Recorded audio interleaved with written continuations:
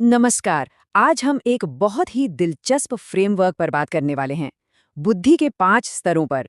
यह विश्लेषण दिखाता है कि लोग दुनिया को कैसे देखते हैं और उसमें कैसे आगे बढ़ते हैं। तो आइए देखते हैं कि ये 5 स्तर आखिर हैं क्या। तो चलिए सीधे मुद्दे पर आते हैं और सबसे पहला सवाल यही है।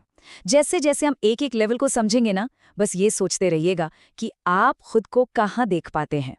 ये जो पूरा विश्लेषण है ना, ये दुनिया को देखने और उसके साथ डील करने के 5 अलग-अलग लेवल्स हैं। एक यात्रा की तरह। इसे आप एक शतरंज के खेल की तरह समझ सकते हैं, जहां कोई एक प्यादे के रूप में शुरू कर सकता है, लेकिन खेल का बोर्ड बनाने वाला भी बन सकता है। ठीक है, तो शुरू करते हैं लेवल 1 से। ये सबसे आम लेवल है। ये उन लोगों का स्तर है जो आप कह सकते हैं बस दुनिया के साथ बहना चाहते हैं, जो भीड़ से अलग दिखने में डरते हैं। इसको समझने के लिए प्लेटो की जो गुफा वाली कहानी है ना, उससे बेहतर कुछ नहीं है। जरा सोचिए कि पूरी जिंदगी एक अंधेरी गुफा में बीती है। आप जंजीरों से बंधे हैं, हाथ, पैर, यहाँ तक कि गर्दन भी। आप सिर्फ सामने एक दीवार देख सकते हैं, बस वही आपकी दुनिया है। अब देखिए, आपके पीछे एक आग जल रही है, जिसके बारे में आपको कोई अंदाजा नहीं है।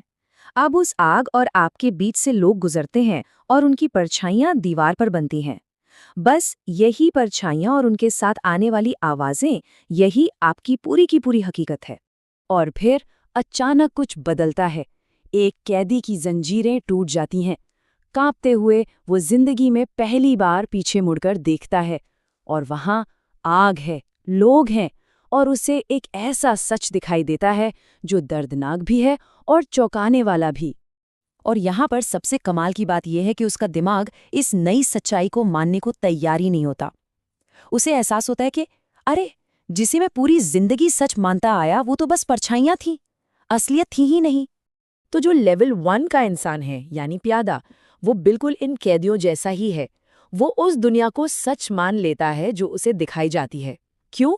क्योंकि वो सेफ रहना चाहता है, वो डरता है। और सच तो ये है कि ज्यादातर लोग इसी लेवल पर अपनी जिंदगी गुजार देते हैं।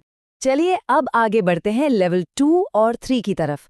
जो लोग इस प्यादे वाले लेवल से बाहर निकल पाते हैं ना, वो दुनिया के नियमों के साथ खेलना शुरू कर देते हैं।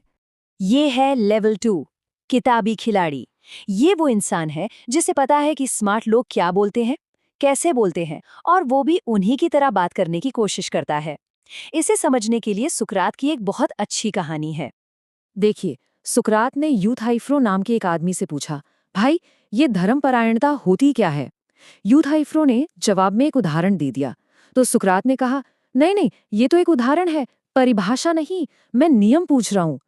इससे साफ पता चलता है कि यूथाइफ्रो को बस ऊपरी ज्ञान था, गहराई नहीं। तो लेवल 2 वाला जो किताबी खिलाड़ी है वो तो बस नकल कर रहा है। लेकिन फिर आता है लेवल 3 का खिलाड़ी, रणनीतिकार। और यहाँ से मामला बड़ा दिलचस्प हो जाता है। ये वो लोग हैं जो नियमों को समझते तो हैं, लेकिन उनका इस्तेमाल अपने फायदे के लिए करते हैं, दूसरों को मैनिपुलेट करने के लिए भी। चलिए एक उदाहरण देखते हैं। राहुल एक आईटी कंपनी का मालिक, एक नंबर का रणनीतिकार है। उसे पता है कि उसके क्लाइंट पर डेडलाइन का जबरदस्त प्रेशर है, तो वो क्या करता है, जानबूझकर मीटिंग्स टालता रहता है ताकि क्लाइंट की बेचैनी और बढ़े। और फिर बिल्कुल आखिरी मौके पर, जब क्लाइंट पूरी तरह हताश हो चुका होता है, वो डील की कीमत 2 गुनी कर देता है। लेकिन इस लेवल की एक बहुत बड़ी कमजोरी है।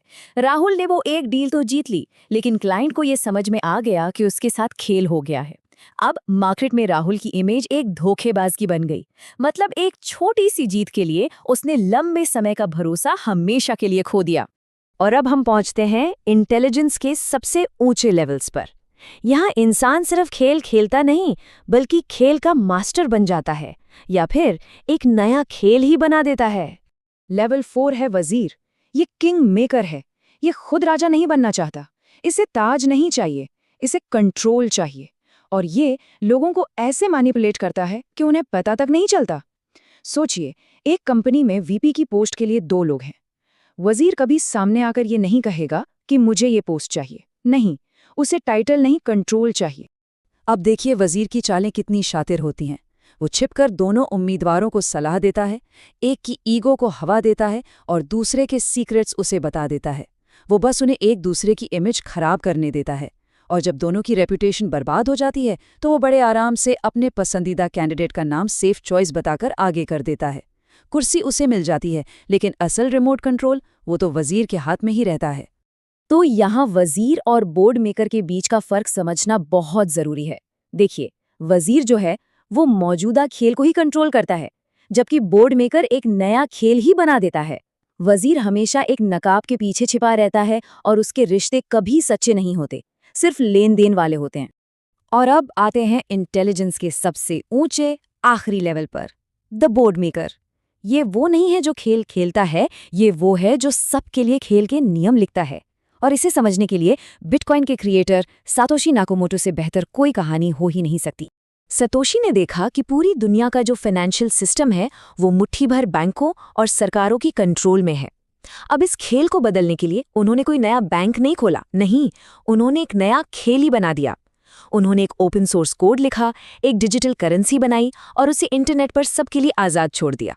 और सबसे बड़ी बात, जैसे ही ये सिस्टम अपने पैरों पर खड़ा हुआ, वो हमेशा के लिए गायब हो गए। तो चलिए, अभी तक हमने जो कुछ भी समझा है उसे एक बार फटाफट समराइज कर लेते हैं, ताकि ये पूरा फ्रेमवर्क दिमाग में अच्छे से बैठ जाए। तो संक्षेप में, लेवल 1 प्यादा, जो बिना सवाल किए नियमों को मानता है। लेवल 2 किताबी खिलाड़ी, जो स्मार्ट दिखने के लिए सिर्फ नकल करता है। लेवल 3 रणनीतिकार, जो मैनिपुलेट तो करता है लेकिन आखिर में अपना भरोसा खो देता है। लेवल 4 वजीर, जो पर्दे के पीछे रहकर असली खेल चलाता है। और आखिर में लेवल 5 बोर्ड निर्माता, जो पूरे खेल के नियम ही बदल देता है। तो इस पूरे विश्लेषण का सबसे बड़ा सवाल यही है, इन 5 लेवल्स को जानने के बाद अब अगला कदम क्या होना चाहिए?